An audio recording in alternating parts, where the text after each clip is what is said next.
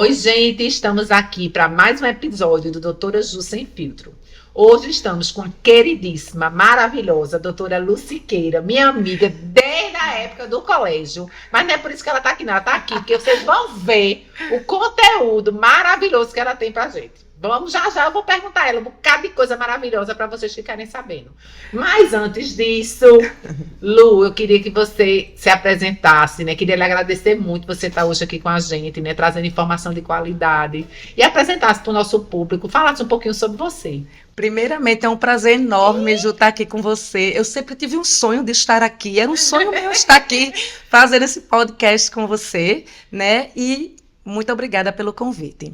Bom, eu sou Luciana Siqueira, sou cirurgiã do aparelho digestivo. A minha área de atuação principal é na cirurgia bariátrica e endoscopia bariátrica, e atualmente eu estou como vice-coordenadora do programa de residência médica em cirurgia bariátrica lá no Hospital das Clínicas da UFPE. Estão vendo quando eu disse que a mulher é o supra-sumo do negócio? Então, assim, a gente vai falar muito hoje dos temas relacionados à obesidade, Isso aí. né?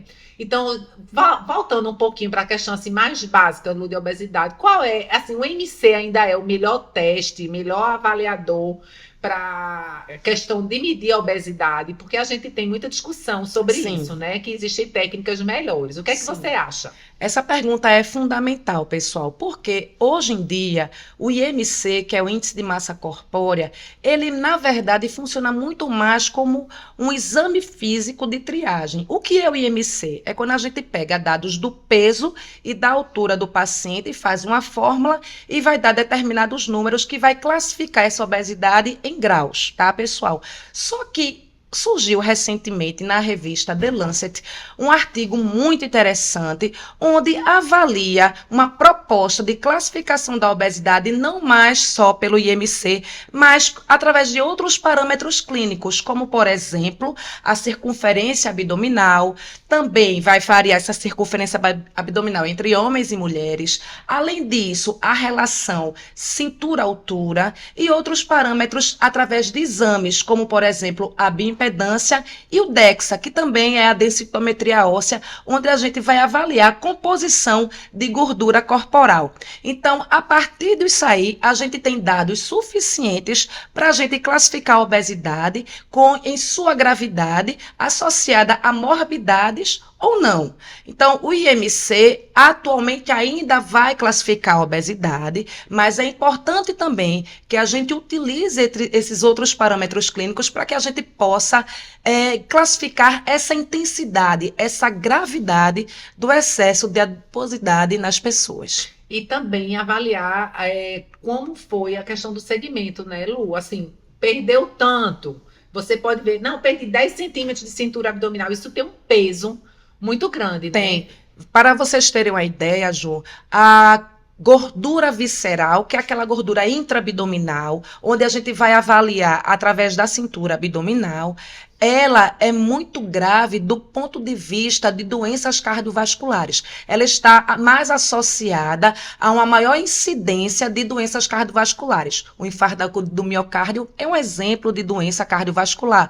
A hipertensão arterial também, principalmente, Ju, em mulheres. Então, quando a gente vai avaliar a obesidade como um todo, quando a gente vê que os nossos pacientes perderam alguns centímetros de cintura abdominal, isso, para mim, é muito mais válido do que uma queda do IMC, Entendi. do que uma queda de peso, do que os quilos perdidos na balança. Porque é pior, né? A gordura mais perigosa que a gente tem. Então, é mais importante perder o do abdômen do que, digamos assim, em outras áreas do corpo. Sim, até mesmo porque o peso não é um parâmetro fidedigno para saber se esse emagrecimento está sendo saudável ou não.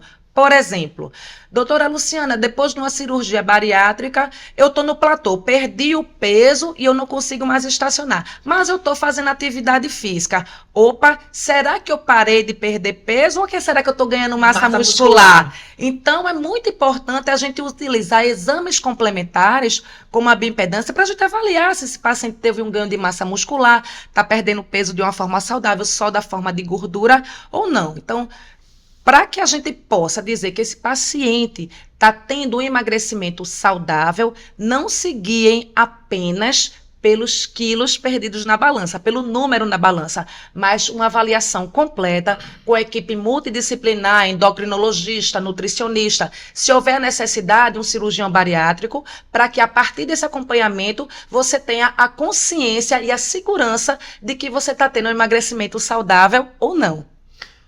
Outro questionamento que eu tenho me perguntado assim e visto, inclusive eu recebido essa pergunta, é se esses novos emagrecedores, Sim. né, que a gente tem, já tem um tempo do Ozempic, o Wegovy, né, já tem o Saxenda, Trulicity, tem uma série deles e agora chegou o Mounjaro, né, que na verdade oficialmente não chegou no Brasil, mas a gente sabe que muitas pessoas têm importado e têm feito uso da medicação. Essas medicações, elas vão substituir a bariátrica? Essa pergunta é muito interessante, porque é muito comum no consultório a gente escutar. Você deve escutar com suas pacientes, né? Eu escuto muito também no meu consultório. São medicações maravilhosas no tratamento da obesidade, que eu retifico aqui, é uma doença crônica, pessoal, que não tem cura, mas tem controle. A pessoa que convive com a doença obesidade, ela não está sentenciada a viver com a doença. Então, o advento dessas medicações, a chegada dessas medicações melhorou muito o controle da doença obesidade. Mas será que ao ponto de substituir a cirurgia bariátrica, eu digo que não. Essas medicações, elas chegam para se associarem. São ferramentas muito úteis no combate à obesidade. É mais uma ferramenta no combate à obesidade. Porque, veja, a cirurgia bariátrica, ela é indicada para pacientes que têm uma obesidade mais grave, onde essas medicações não conseguem obter um percentual de perda de peso que essa pessoa que tem a indicação da cirurgia bariátrica vai conseguir só com a medicação. Agora, doutora Lu, eu fiz a cirurgia bariátrica, tô tendo a recidiva da doença, a doença obesidade está voltando. Eu posso usar essas medicações? Sim, essas medicações, depois de um certo tempo, elas podem ser associadas a uma pessoa que fez a cirurgia bariátrica. Por quê? De uma forma geral, essas medicações injetáveis, Ju, elas chegam a promover uma perda de peso de 20% até 23%. E o Mounjaro chegou recentemente agora no Brasil. E a cirurgia bariátrica promove uma perda de peso de 30% a 40%. Então, veja, a gente não indica a cirurgia bariátrica para todo mundo. Não é uma pessoa que vai chegar aqui, que a gente vai falar mais à frente sobre quando indicar a cirurgia bariátrica. Não é uma pessoa que chegou com obesidade tipo grau 1, que eu vou indicar uma cirurgia bariátrica. Então, um tratamento ele deve ser muito bem indicado após uma avaliação muito completa. E nisso aí vem as drogas injetáveis, as medicações injetáveis, as canetinhas, vem a cirurgia e vem até outros procedimentos menos invasivos e que cabem nesse campo aí da obesidade grau 1, do sobrepeso, que é o balão deglutível ou balão endoscópico, que a gente vai falar mais à frente também. Quando a gente deve escolher entre o balão e a bariátrica? O balão, ele é indicado para pessoas que têm o sobrepeso ou obesidade grau 1. O que é isso, doutora Luciana? Lembra o que eu falei da classificação do IMC? Então, quando o paciente tem uma obesidade grau 1, é quando ele tem um IMC menor do que 30. Quem vai fazer esse cálculo é o teu médico lá na hora da anamnese, do teu exame. Então, ele pode lançar mão da ferramenta balão deglutível para o paciente que tem obesidade grau 1. Agora, os pacientes que têm um IMC maior ou igual a 35, na presença de doenças como hipertensão, diabetes, apneia do sono, diabetes, que está tão frequente na nossa população, inclusive nossa população jovem, né? A obesidade é uma pandemia e está cometendo muitas pessoas jovens, ou o IMC maior ou igual a 40, que é uma obesidade grau 3, mesmo que esse paciente não tenha doenças associadas a essa obesidade, essa IMC... Não, aí a gente pode indicar a cirurgia bariátrica. Vai direto para a bariátrica. Agora, claro que a gente vai fazer uma avaliação mais completa. Um balão, perder um pouco de peso e ir para a bariátrica com menos peso, não? Veja, o balão é uma ferramenta que não é autorizada pelos seguros de saúde e não é fornecida pelo SUS. Entendi. É um procedimento particular. A gente sabe que as medicações injetáveis também, ela tem ainda hoje em dia um custo mais alto. A gente quer promover uma perda de peso, é interessante a gente promover ao paciente uma perda de peso antes da cirurgia bariátrica para diminuir o grau de inflamação, aumentando a segurança da cirurgia, diminuindo as complicações tanto durante quanto depois da cirurgia. Mas essa perda de peso, sabe, Ju, é até 5% do peso inicial. O balão, ele fica 4 meses num paciente. Claro que se é um paciente que tem superobesidade, e aí é bom que você faça com que esse paciente perca até 15% do excesso de peso, o balão, ele é bem indicado. Ajuda. Mas um paciente que tem uma indicação de cirurgia bariátrica, não há nenhuma contraindicação formal para fazer o procedimento cirúrgico, eu não vejo a real necessidade Vantagem de ter esse custo, de né? colocar esse paciente para fazer uso de um balão durante 4 meses e só depois realizar sua cirurgia bariátrica. Para um paciente que tem a proposta de uma cirurgia bariátrica e precisa da perda de peso antes, o balão ele seria mais indicado para quem tem a superobesidade, que é o IMC maior ou igual a 50. Agora, ele é muito melhor, essa ferramenta traz muito mais vantagens para aquelas pessoas que têm sobrepeso ou obesidade do tipo grau 1. Grau 2, com comorbidades, e grau 3, cirurgia bariátrica. E como é que coloca esse balão, Lu? Explica pra gente. Hoje em dia, o balão deglutível é uma ferramenta nova que chegou sem a necessidade nem de sedação, Ju, e nem de endoscopia.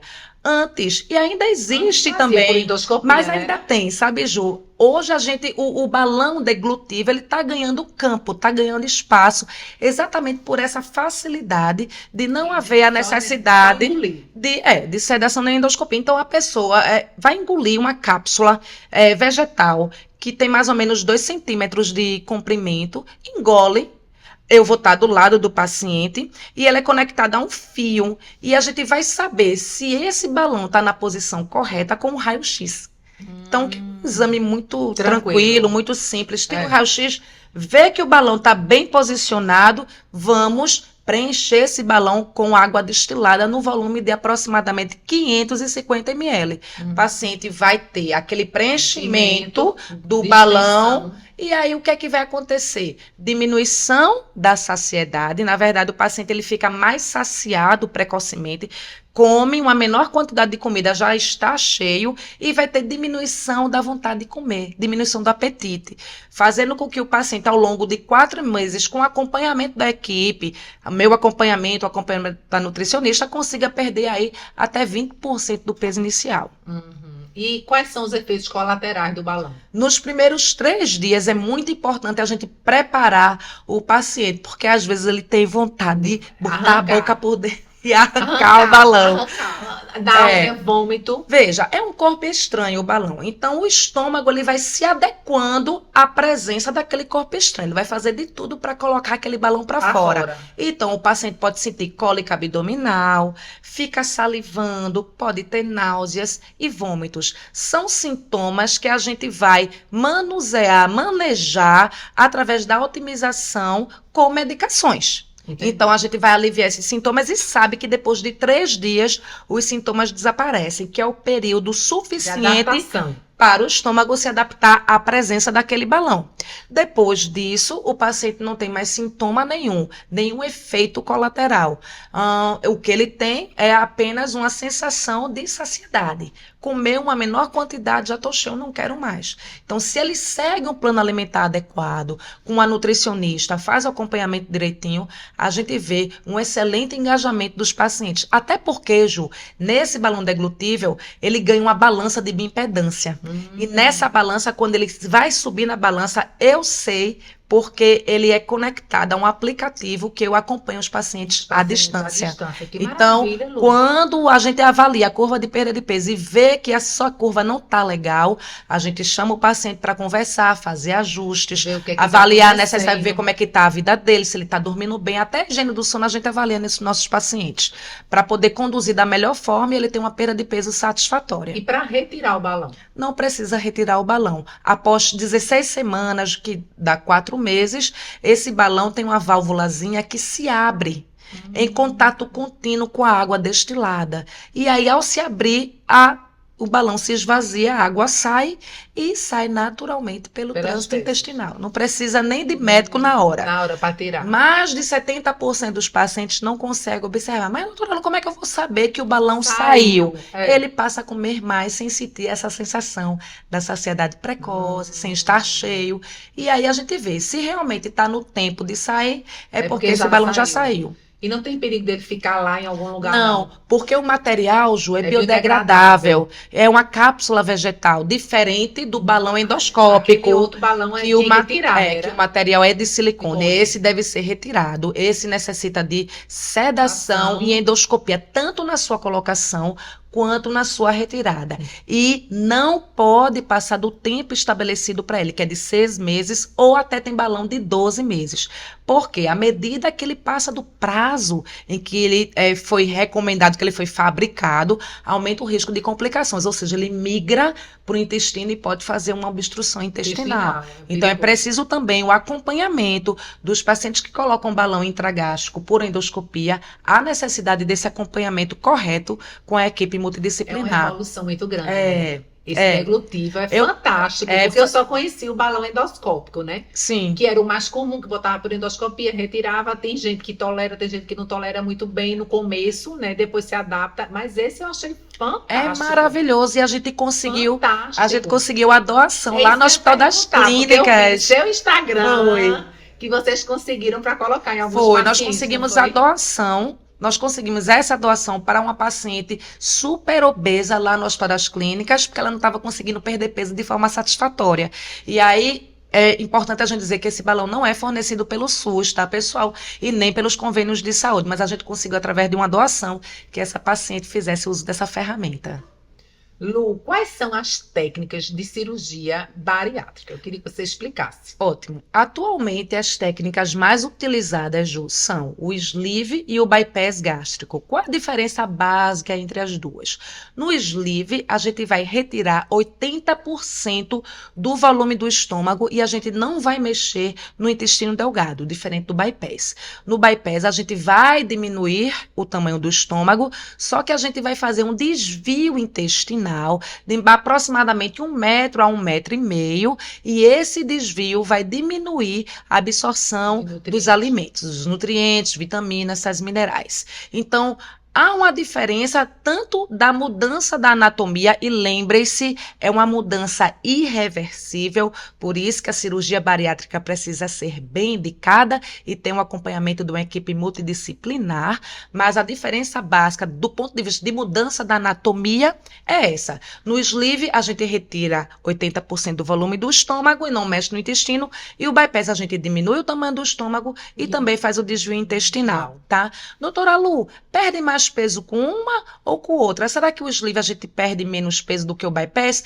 Há uma tendência de uma perda de peso maior com o bypass, mas lembrem-se, cirurgia bariátrica não é só relação a emagrecimento, é controle de comorbidades, é aumento de qualidade de vida, da expectativa de vida. Então, o paciente precisa ser avaliado de uma forma individual para a gente saber qual é a melhor técnica específica para aquele paciente, tá? Então, não é simplesmente, eu quero fazer o sleeve. Claro, o paciente precisa ser ouvido, ele precisa ser escutado. Doutora Lu, eu quero uma cirurgia menos invasiva. Se ele preencher parâmetros para fazer aquela cirurgia menos invasiva, será feito.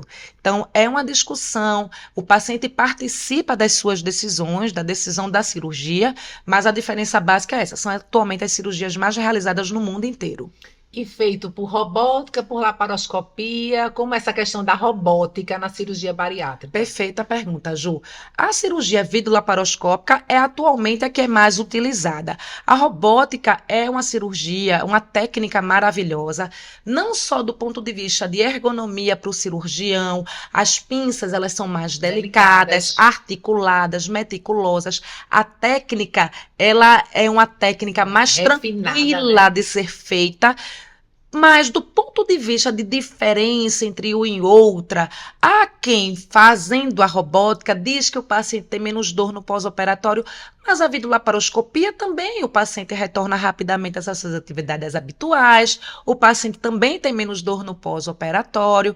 Eu acho que a robótica ela chega principalmente em casos mais desafiadores, as cirurgias revisionais, pacientes com superobesidade, onde a gente não tem uma insuflação, uma distensão muito grande, muito boa da parede abdominal, e há uma dificuldade maior pela videolaparoscopia. Né? Então, a robótica ela vem principalmente nos casos mais desafiadores, mas ela é uma técnica excelente e é o nosso presente, né? A robótica ela precisa ser mais divulgada, as pessoas precisam treinar mais a robótica. Eu faço robótica, então as pessoas precisam treinar mais a robótica, mas ainda tem um custo também, sabe? Porque a videolaparoscopia e a robótica, o plano cobre, só que existe a taxa do robô, então há um custo além, há um custo a mais. Então, a gente não vê tanta vantagem assim da robótica sobre a videolaparoscopia, então há uma tendência maior que seja feita a videolaparoscopia. Entendi. No SUS não tem robótica, né? No SUS não temos robótica. Só laparoscopia, né? Só por videolaparoscopia. Lá no Hospital das Clínicas, a gente treina os residentes médicos através da via laparoscópica, videolaparoscopia. Uma das coisas que eu ouço muito aqui na área da ginecologia é a questão da fertilidade dessas mulheres, que fica muito comprometida, e também o medo, a fobia de câncer. Sim. Né? Eu sei que a sua tese de doutorado, minha gente, ela é professora doutora, chique de doer. Também sou doutora, também somos, né? Somos professora doutora. E aí, assim, a sua tese foi uma tese lindamente apresentada falando das questões das proteínas oncogênicas, aquelas proteínas associadas ao câncer. Isso. E a obesidade. O que foi que você viu de principal sobre isso? A obesidade, ela está relacionada a aproximadamente 13 tipos de neoplasias. A gente descobriu mais algumas, dando um total de 18 tipos de neoplasias, principalmente as neoplasias que são dependentes de hormônio, ou seja, elas crescem dependendo do nível hormonal. Ora, sabemos que na obesidade, a gente vai ter um desequilíbrio dos hormônios sexuais, dos esteroides, estrógeno, progesterona. Você pode falar isso melhor do que eu.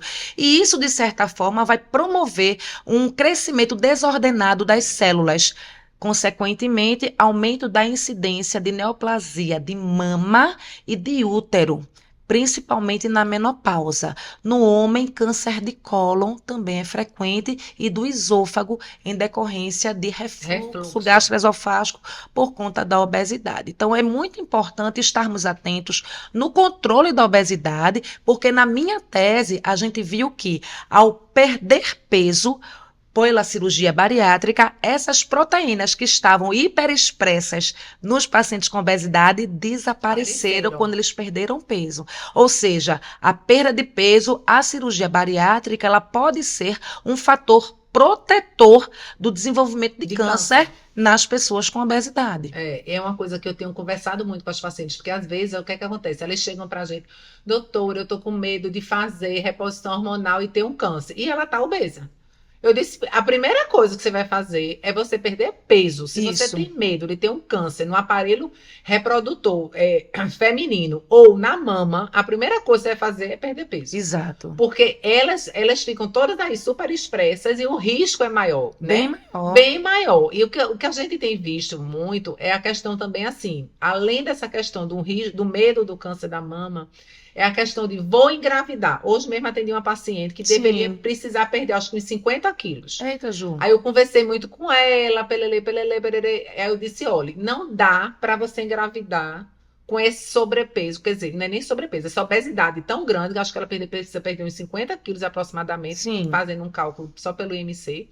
Porque você vai ter pressão alta, você vai ter diabetes, você vai ter parto prematuro, né? Você tem uma chance muito grande de ter não é que você vai ter, mas a possibilidade, a probabilidade é muito alta, né? Porque uma pessoa que está com isso, com essa doença crônica, né? Interferindo na resposta reprodutiva. E aí ela me perguntou, ela disse assim, eu estou tentando engravidar há 1 ano, não estou conseguindo. Por que a obesidade? Porque a obesidade dá um endométrio insatisfatório, hiperestimulação estrogênica. Isso é né? importante. Então, dá um endométrio insatisfatório, dá anovulação crônica. Então, às vezes, a pessoa pensa que está ovulando e ela está menstruando sem ter aquela ovulação completa, né? Que você tem a produção do ciclo, né? Recrutamento de folículo, liberação do óvulo, produção de progesterona, melhora esse endométrio para que haja uma fecundação e esse embrião fique ali. E isso não acontece muitas vezes quando a pessoa está super obesa, porque ela tem excesso de estrona, excesso de hormônio feminino, e esse excesso, ele, entre outras coisas, como aumento da resistência insulínica, bloqueia alguns hormônios, como FSH, LH, Exato. que são importantes na reprodução. Então, aí eu disse a ela, olha, vamos fazer o seguinte, vamos para um especialista Boa, Ju. em obesidade, não é? Para poder você tratar isso aí. Aí ela foi muito interessante, que ela disse, e eu vou poder ter filho depois de fazer a bariátrica? Se eu fizer uma bariátrica, eu disse, vai.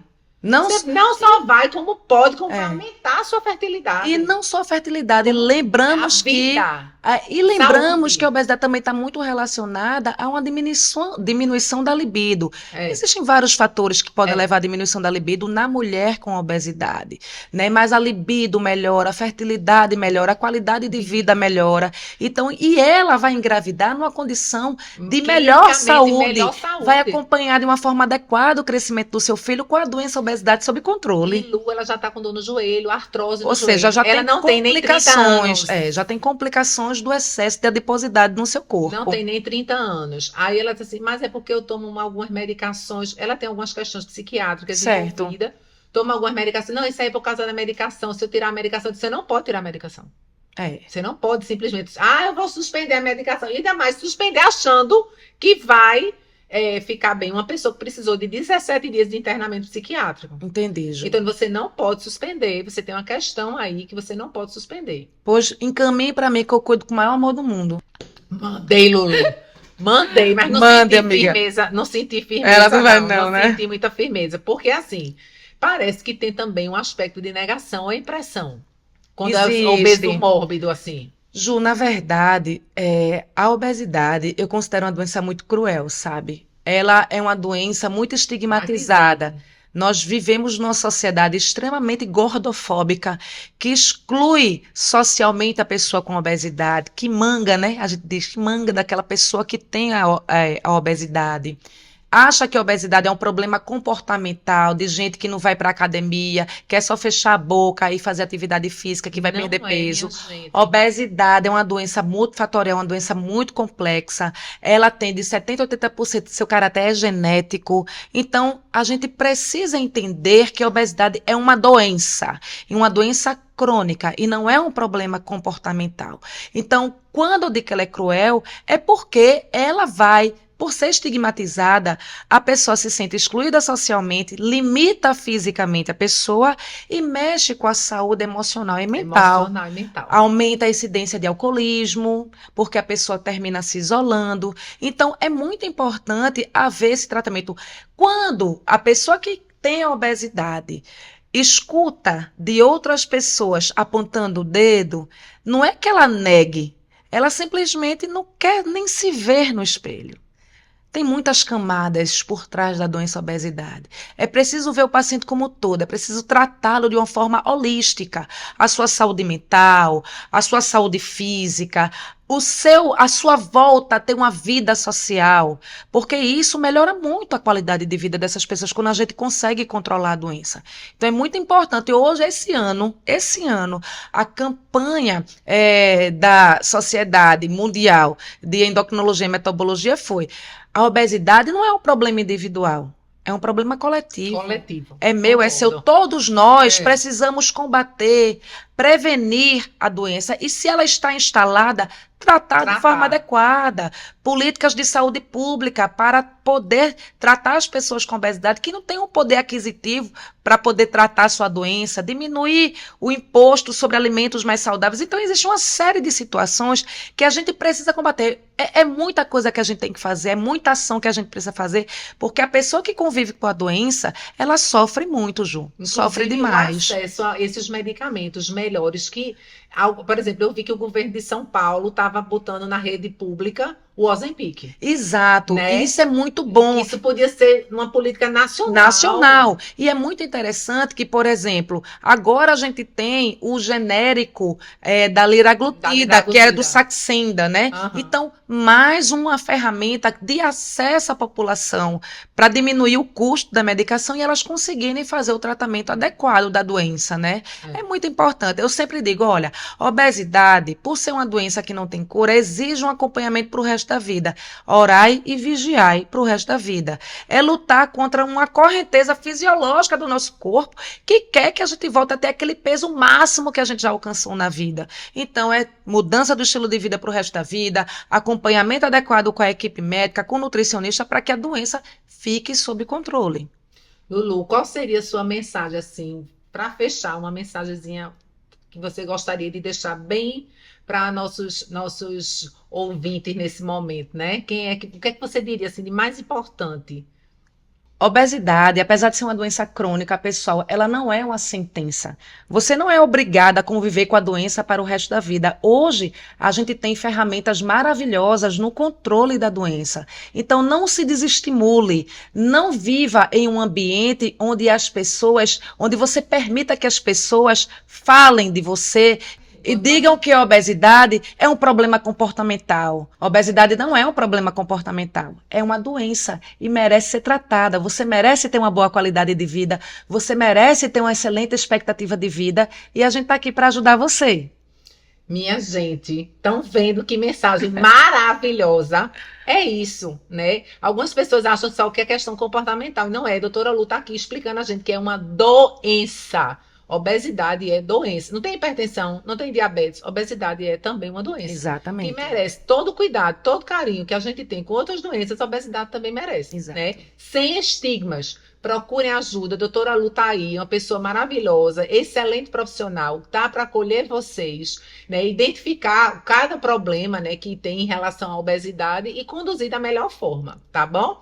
Se você gostou desse nosso podcast, eu gostaria que você compartilhasse com outras pessoas, né? Ative aí o seu sininho também, para toda vez que a gente publicar alguma coisa, vocês terem acesso a um conteúdo de excelente qualidade.